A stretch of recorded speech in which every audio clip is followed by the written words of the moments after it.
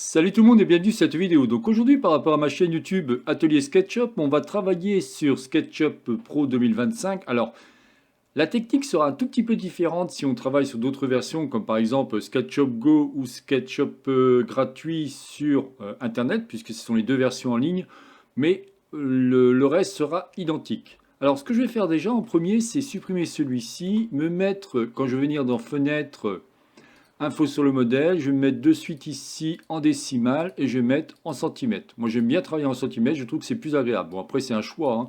Il y en a qui travaillent en mètres, il y en a qui travaillent en centimètres, il y en a qui travaillent en millimètres. Bien. Ce qu'il va falloir faire, en fin de compte, c'est d'une part, ce qui va donc m'intéresser de vous montrer, c'est comment on va pouvoir dessiner un plan par rapport, dessiner un appartement par rapport à un plan. Alors ce qui va m'intéresser en premier, c'est venir dans Fichier, Importer, et on va récupérer ce plan qui s'appelle Plan Appartement. Je le mets en mode image, c'est un fichier JPG et je clique sur importation. Automatiquement, je vais avoir quelque chose comme ça. Je vais pouvoir cliquer ici et faire quelque chose de ce style-là. Alors évidemment, là, j'ai pas de code, j'ai pas tout ça, mais vous pourriez le faire avec des codes si besoin. Vous verrez qu'au fur et à mesure, je ferai d'autres vidéos qui vous expliqueront, par exemple, comment redimensionner un objet. Si celui-ci, il a été fait de manière proportionnelle, là, vous voyez qu'on a quand même un plan qui est tout à fait honorable, eh bien, on pourrait sans aucun problème le faire à la dimension que l'on souhaite. Une fois que j'ai fait ça, je vais prendre maintenant l'outil rectangle, touche raccourci R, venir ici et par-dessus, je vais mettre un cadre. Alors pour l'instant, vous n'allez rien voir. Pourquoi? Parce qu'en fin de compte, on est en mode ici qu'on appelle ombré texture. Il va falloir utiliser ce qu'on appelle l'affichage en rayon X. Vous allez pouvoir le retrouver sinon dans affichage, quand vous allez dans style de face, et là vous avez différents éléments. En l'occurrence, si vous cliquez sur transparence, on aura ça. Et vous voyez que celui-ci s'est activé. Regardez, je recommence, je fais affichage, style de face, je décoche transparence, vous voyez que celui-ci a disparu. Eh bien en faisant ça, automatiquement, on va pouvoir sans aucun problème dessiner par-dessus. C'est ça qui va m'intéresser. Deuxième chose qu'il va falloir faire, c'est ça qui est le plus important, il va falloir vous mettre en caméra en mode projection parallèle pour être sur deux axes. Et si possible, on va se mettre ici plutôt en vue de dessus. Comme ça, vous voyez, vous êtes sûr de bien travailler. Pourquoi je vous ai fait faire un rectangle en premier? Parce que ça permet sans problème de pouvoir prendre un autre rectangle, touche raccourci R, venir ici et positionner celui-ci directement. Ok? Alors on va bien zoomer pour bien voir ce qu'on fait, hein, c'est important. Et on va cliquer maintenant sur l'outil qu'on appelle décalage. Vous allez voir, c'est assez rapide à faire. Là, je vous ai pris un truc très simple, hein, mais je vais vous montrer qu'on peut faire ça de cette manière-là. Voilà, parfait, j'ai quelque chose comme ça. Après, je vais pouvoir prendre aussi l'outil rectangle à cet endroit-là. Alors, chose importante aussi à savoir, quand vous faites ce genre de dessin, moi je vous conseille de suite de créer un groupe. Vous venez là et vous dites créer un groupe. Comme ça, au moins, vous êtes tranquille, vous allez pouvoir après, si vous souhaitez mettre un toit ou des choses comme ça dessus, il n'y a aucun problème. Ou imaginez, là c'est un rez-de-chaussée, vous souhaitez faire un premier étage, eh bien vous allez pouvoir modifier celui-ci. Pensez vraiment à ça, c'est très important. Comme je vous dis, je ferai d'autres vidéos. Alors comme je vous dis, c'est très important le groupe. Je pense que je ferai d'autres vidéos explicatives pour au moins les bases sur SketchUp. Donc ça sera peut-être sur la version 2025. Enfin, vous verrez que ce qu'il faut savoir, c'est que moi je travaille sur SketchUp version 2008. Donc autant dire que ça date, hein, on est maintenant en 2025. Mais les outils de base n'ont pas du tout évolué. Vous ne me croyez pas? Ben regardez. Là, je suis sur la version qu'on appelle SketchUp Make 2017. Donc, vous voyez, ça fait quand même quelques années, presque 10 ans. Eh bien, regardez ici les outils, à part évidemment les couleurs, tout ça qui vont changer, mais sinon, on retrouve exactement les mêmes outils. Que ce soit ça, l'outil crayon, l'outil qu'on appelle line, l'outil ici main levée, les cercles, ainsi de suite. Heureusement, ça n'a pas du tout évolué. Il y a eu pas mal d'évolutions au niveau des outils, on va dire, plutôt pour la manière de les utiliser. Mais sinon, franchement, même si vous jouez avec SketchUp Make 2017, ce que je suis en train de vous expliquer, il n'y a aucun problème, vous pouvez le faire dessus. Bien, je reviens sur SketchUp Pro 2025. Bien entendu, par rapport à SketchUp Pro 2025, n'oublions pas que, alors là je vais recliquer ici pour bien être en vue de dessus, voilà, parce que j'avais un petit décalage, n'oublions pas que c'est une version qui est payante. Elle vous coûtera à peu près 300. Alors ça dépend des promotions qu'ils font. En général, Trimble, moi je vous avoue, je me fais souvent avoir, mais en général, je crois que je paye plein pot. Je crois que c'est 360 ou 370 euros par an par rapport à ce logiciel. Mais bon, comme je suis formateur, ça ne me dérange pas par rapport à ça. Bien. Donc si je reviens ici, je vais double-cliquer au niveau de mon groupe, venir ici, prendre l'outil rectangle, je me positionne ici et je vais venir à cet endroit-là. Parfait, je vais faire de même ici. Je vais venir à cet endroit-là. Il faut que vous sachiez que dès que vous allez faire de nouvelles lignes sur SketchUp, par exemple, si je prends celle-ci et celle-ci, lui va comprendre que c'est fusionné automatiquement. Donc aucun problème par rapport à ça. Ensuite, ce que je vais faire, c'est prendre ici l'outil rectangle et directement refaire ici un rectangle. Parfait. Et là, de même, je vais venir à cet endroit-là. Alors là, je me suis trompé. Je vais bien me positionner. Je me mets à cet endroit-là. Et je fais ça. Alors vous auriez pu le faire différemment, hein. Si je reviens en arrière, on aurait pu par exemple prendre ce trait-là, Shift enfoncé, ce trait-là, prendre l'outil ici, décalage, et je dis décalage, je me disais qu'il y a un truc qui n'allait pas, pardon, décalage, et en cliquant, vous voyez, on peut faire ce genre de forme. Ça peut être aussi sympa. Bien.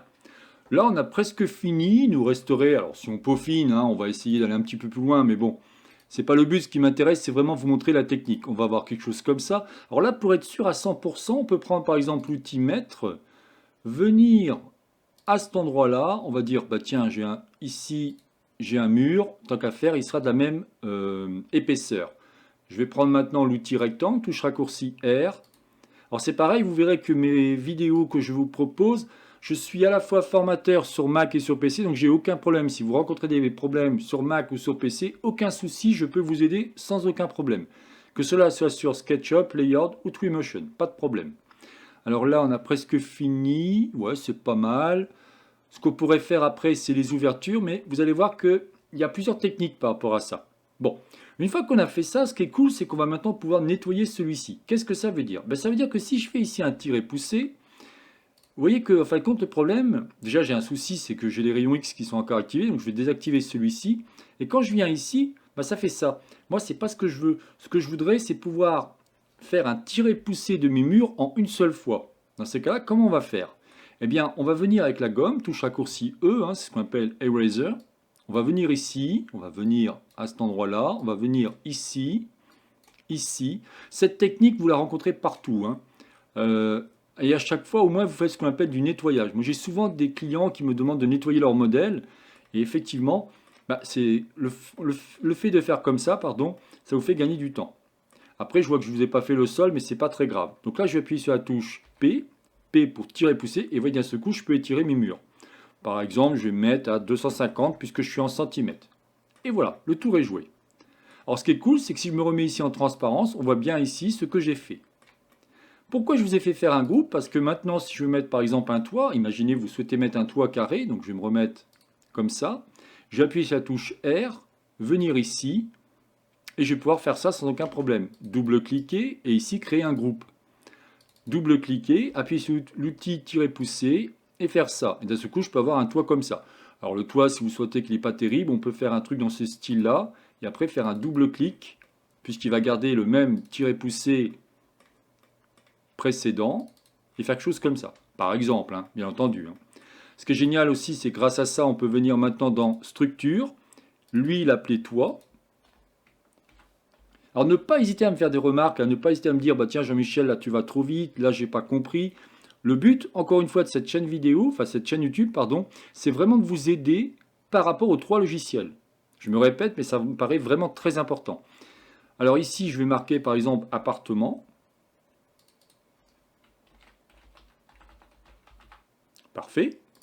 Et là, ça sera le toit. Si je veux faire en sorte que le toit disparaisse, je clique ici. Attention, dans le cas de la version SketchUp qu'on appelle gratuit, donc c'est la version en ligne mais gratuit, donc celle que vous n'aurez pas payée, vous serez juste inscrit sur le compte Trimble, eh bien, vous n'aurez pas accès en fin de compte à la structure. Par contre, vous avez accès à ce qu'on appelle les étiquettes. Donc là, je vais vous montrer aussi. Vous cliquez par exemple ici, vous avez automatiquement un groupe, et là, vous voyez, c'est marqué appartement. Eh bien, si je viens ici au niveau de l'étiquette, alors ça peut s'appeler étiquette, ça peut s'appeler calque, ça peut s'appeler layer, il y a plusieurs noms, balise aussi, je crois, de mémoire. Eh bien, si je clique ici, le petit plus, je vais l'appeler appartement. OK. En faisant ça, ce qui est pas mal, c'est qu'on va pouvoir, par exemple, cliquer ici. Pour l'instant, il ne se passe rien. Pourquoi? Parce que je n'ai pas associé mon calque à ce modèle. Puisque c'est marqué ici sans étiquette. Je vais venir ici et dire appartement. Et si maintenant je clique ici, automatiquement il disparaît. Extrêmement intéressant. Si je viens maintenant ici, je l'appelle toit. Ok, vous avez compris ce que je vais faire. Hein. Je vais venir en faisant réactiver mon toit, je ne me sers plus de ma structure. Je clique ici, automatiquement il s'appelle toit. Eh bien, je vais pouvoir venir au niveau de sans étiquette et définir toit. Et automatiquement, je peux cacher celui-ci. Je peux revenir ici à cet endroit-là pour cliquer sur affichage en mode rayon X, me remettre en vue de dessus. Et comme je vous disais, ici, on va pouvoir, si on souhaite, faire les ouvertures au niveau de la fenêtre. On voit ici qu'il y a différentes ouvertures. Alors, à vous de voir, vous pouvez le faire avant ou vous pouvez le faire après. Ça dépend de ce que vous souhaitez. Ce qu'on peut faire après, c'est avec l'outil ici qu'on va prendre mettre, venir ici, on va faire un premier ici, je vous montre pour un déjà, un deuxième, allez on va faire cette ligne là, hop, et voilà. Déjà j'ai quelque chose comme ça, donc je vais pouvoir enlever maintenant ma transparence. Alors je suis pas sûr que le deuxième il m'a fait quelque chose de sympa, on va voir. Ouais, le deuxième à mon avis il m'a pas fait un truc cool. Bon, c'est pas grave. On va rentrer ici dans le modèle, on va pouvoir prendre l'outil ligne. Faire pourquoi pas, alors là je ne vais pas faire comme ça, je vais plutôt prendre l'outil mètre, excusez-moi, ce sera beaucoup plus simple. Voilà, alors, je vais le faire juste pour une. Hein. Parfait. Et par exemple, ici je vais vouloir faire une fenêtre, donc je vais prendre l'outil rectangle, venir à cet endroit-là et faire, alors, je ne sais pas si c'est une grosse fenêtre, j'ai pas fait attention, et c'est comme ça que vous allez pouvoir faire vos fenêtres. Avec l'outil tirer poussé, on va cliquer une fois. Vous allez avoir une espèce d'effet qui va être bleu-blanc. Ça, c'est-à-dire que vous allez percer. Deux solutions, soit comme ça, soit en cliquant ici et en bougeant votre souris sans cliquer et vous cherchez une arête intérieure de votre appartement, du mur d'appartement. Et automatiquement, vous créez un trou. Voilà, bah écoutez, je n'en dirai pas plus par rapport à cette vidéo. Comme je vous ai dit, hein, je vais faire en sorte de vous créer, là on est dans la playlist création, je voulais vous montrer qu'on peut créer un appartement. On est effectivement sur SketchUp Pro 2025, mais je vous ferai d'autres vidéos par rapport par exemple à SketchUp Go, puisque moi j'ai la version Pro, ça veut dire qu'automatiquement j'ai la version Go, et je vous montrerai comment on peut faire. Et peut-être, pourquoi pas, une autre vidéo aussi avec SketchUp Free, comme ça vous permettra de voir toutes les subtilités pour créer ce genre de choses. En l'occurrence, un appartement, mais ça peut être n'importe quoi. Hein. Ça peut être une maison, ça peut être un immeuble, et ainsi de suite, bien entendu. Si vous avez aimé cette vidéo, n'oubliez pas de liker ou tout simplement vous abonner à ma chaîne. N'hésitez pas à me poser des questions si vous voulez en savoir plus, à la fois sur SketchUp, Layout ou Twinmotion. Je me ferai un plaisir de vous répondre. Je vous souhaite une excellente journée et à la prochaine vidéo. Bye bye.